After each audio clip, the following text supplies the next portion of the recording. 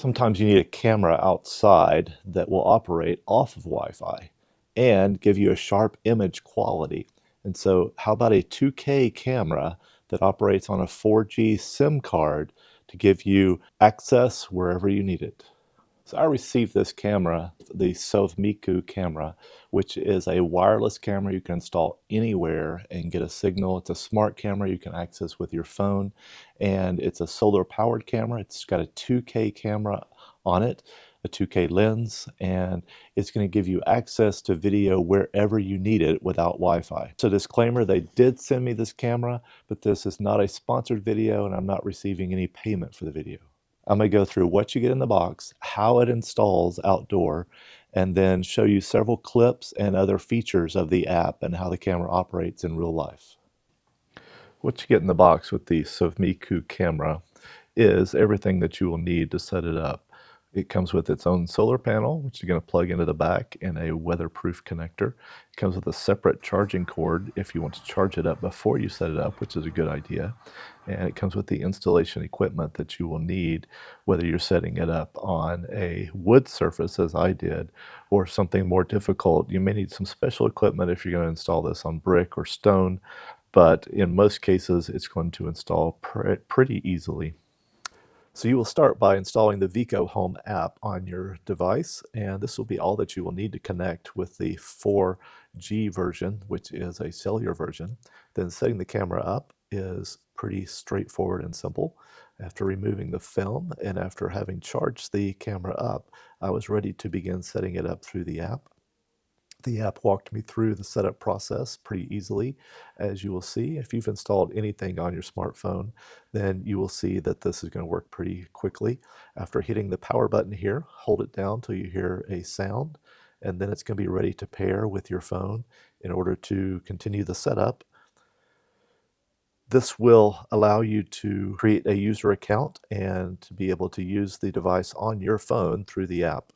So you're going to have a secure connection to your camera. No one else will have access to it. And you will be able to control the camera through your phone. As you see, this camera will pan and tilt. And these are actions you can do through the app on your phone, as you're going to see in my videos of its use.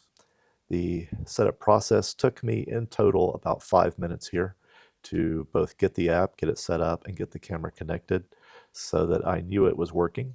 You want to do this, of course, before you install it, especially if you're installing it in a higher location. This is not going to be as easy to do. So go ahead and set it up indoor or wherever is convenient for you before you dive into the process of physically installing the camera, mounting it where you're going to be using it. So having installed, I don't know how many smart home devices now, I would say this one was very much on the easy scale of being one of the easiest installs that I've had. Again, because it connects to its own circuit, its own app, and does not come through anything else in the 4G version. You're not going to have to worry about other things involved in the process. Once I had it set up, as you can see, my image came up on the camera, so I knew it was working. Of course, I have it on the table here. It is upside down from the way it would be mounted, so that is why the image was upside down. As you can see, I finished setting it up in the app, creating a user account, and then it comes with a free trial, I believe, in all instances, to use it through its SIM card. It does connect with a SIM card, and so that's going to be a fee involved to use it as a cellular camera. If you are installing a Wi-Fi version, then you will not need a SIM card, and you will not need to do that for regular recording and use of the camera. I can't speak to whether or not there's a fee to store your footage in the cloud or to be able to access all of its features, though, as I am only installing the cellular version in this case. Installing the camera, I had a couple of power tools that I used. If you have one little drill or something, I think this will be enough to install it on wood or some other softer siding. And so I drilled pilot holes where this was going to go, and then put the screws in for the mount for the camera. Of course, the camera hangs from its mount, and it has what's called a thumb screw that goes in the top to hold it in place. That way it's fairly removable from its mount in case you need to bring it inside to charge it. And the total process for this, for me installing, was probably about 15 to 20 minutes once I was outside and had decided on my location. The location is important for a device like this that has a solar panel with it because you want it to get some sun, and that will help it to charge. Now, my understanding with this device is that its battery is its real power reservoir, and you've charged the battery up before you take it outside, and then the solar panel helps to keep that charged up. So at some point, you may have to bring it in and recharge it, but the solar panel is going to keep it working for quite a while.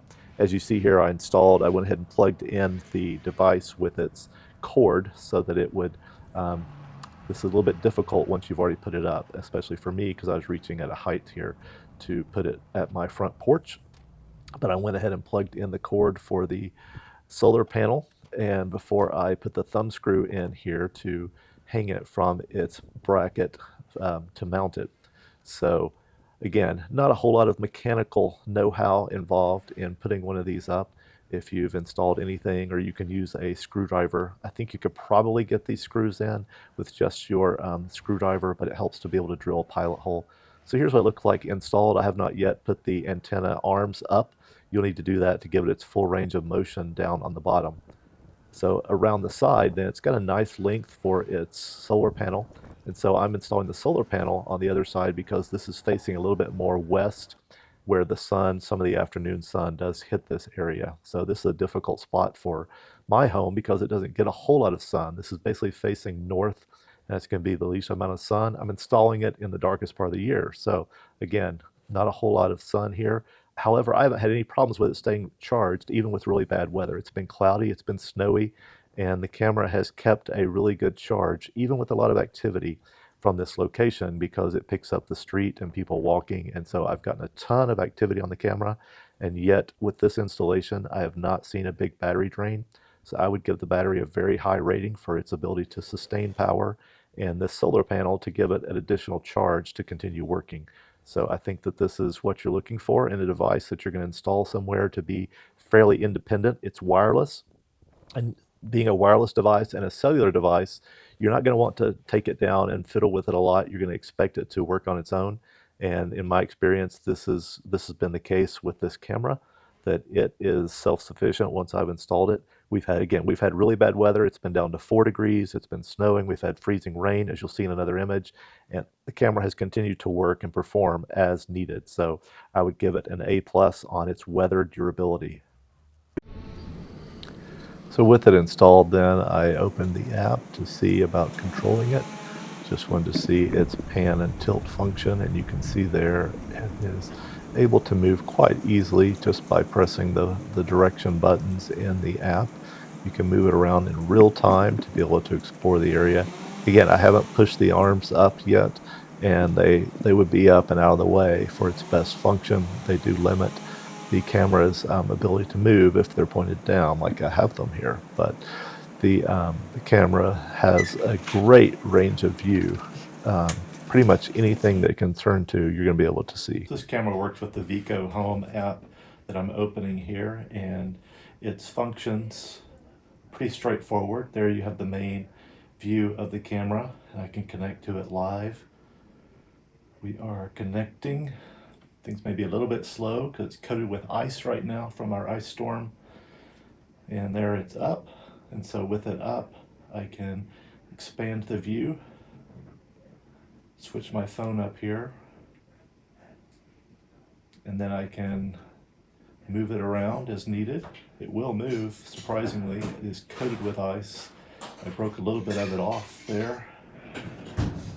So back to that main view. From there, you have the option to record or take a photo of your live. You can also speak through the camera by pressing the speak button.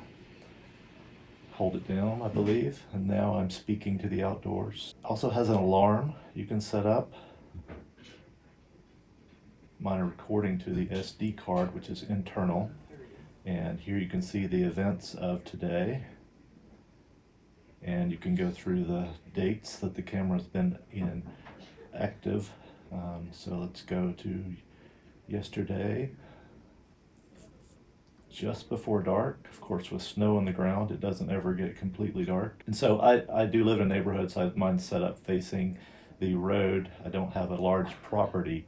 This camera would be great if you have a larger property and you're looking for areas to set it up where it will not need Wi-Fi, but you can still connect to it and see what's going on. Or just as in my case, it's a camera that works as a backup in case your Wi-Fi is out, then you can still see what's going on. Like I said, I have it set up in the front. You go back to before the snow happened. So there's a night view from the first night. Opening the settings for the camera, you have a few different things you can set up. You can determine how much motion it wants to pick up. You can always adjust those. You can set up the recording time. If it records only when motion is detected, or you can set it up to record more often. You can have a cool down period. So this is what happens with most cameras. They pick up motion and then they have to kind of reset before they record another event. This is what's going to be true of most of your doorbell cameras and some of these other cameras. And then you can set it to how long you want it to record. You can also turn it on sleep. So occasionally I have to do things like this with my cameras because my kids are out playing and I don't want a notification every 10 seconds that my kids are in the yard playing. And you can also schedule a sleep setting there at the bottom. Your night vision, this is like a lot of cameras now, you can either do black and white or a color night vision, and you can even adjust that color mode there at the bottom. So the video quality from this camera is good. This is a 2K camera, so this is going to be better than your typical HD. So its two settings are SD and 2K, and I actually mistakenly had it on SD to start with, and you have to switch it back and forth in the live camera view. So this is something I had a little trouble with. I couldn't find it in the settings, and I couldn't actually tell that the camera wasn't recording in 2K, and I was a little disappointed early on with the quality of the video. But then I figured out how to switch this, and it should say 2K as you see there in the upper right of the screen when you are on the live video. So you can see how it will pan by command, and the clarity of the shot there is really, really good.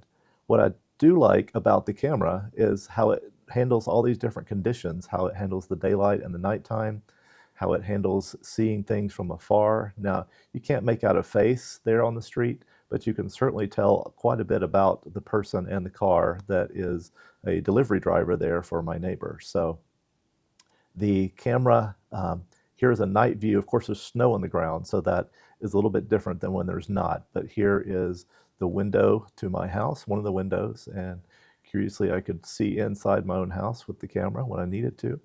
But the pan function gives you a lot of options in terms of where you want to point the camera and how you want to view things. The ability of the camera to pick up objects such as this one driving by, and the clarity that you see it there. So the street is roughly 30 yards, 30 meters away from my house, so a pretty good view there of the street. I would say this camera is good, wouldn't you?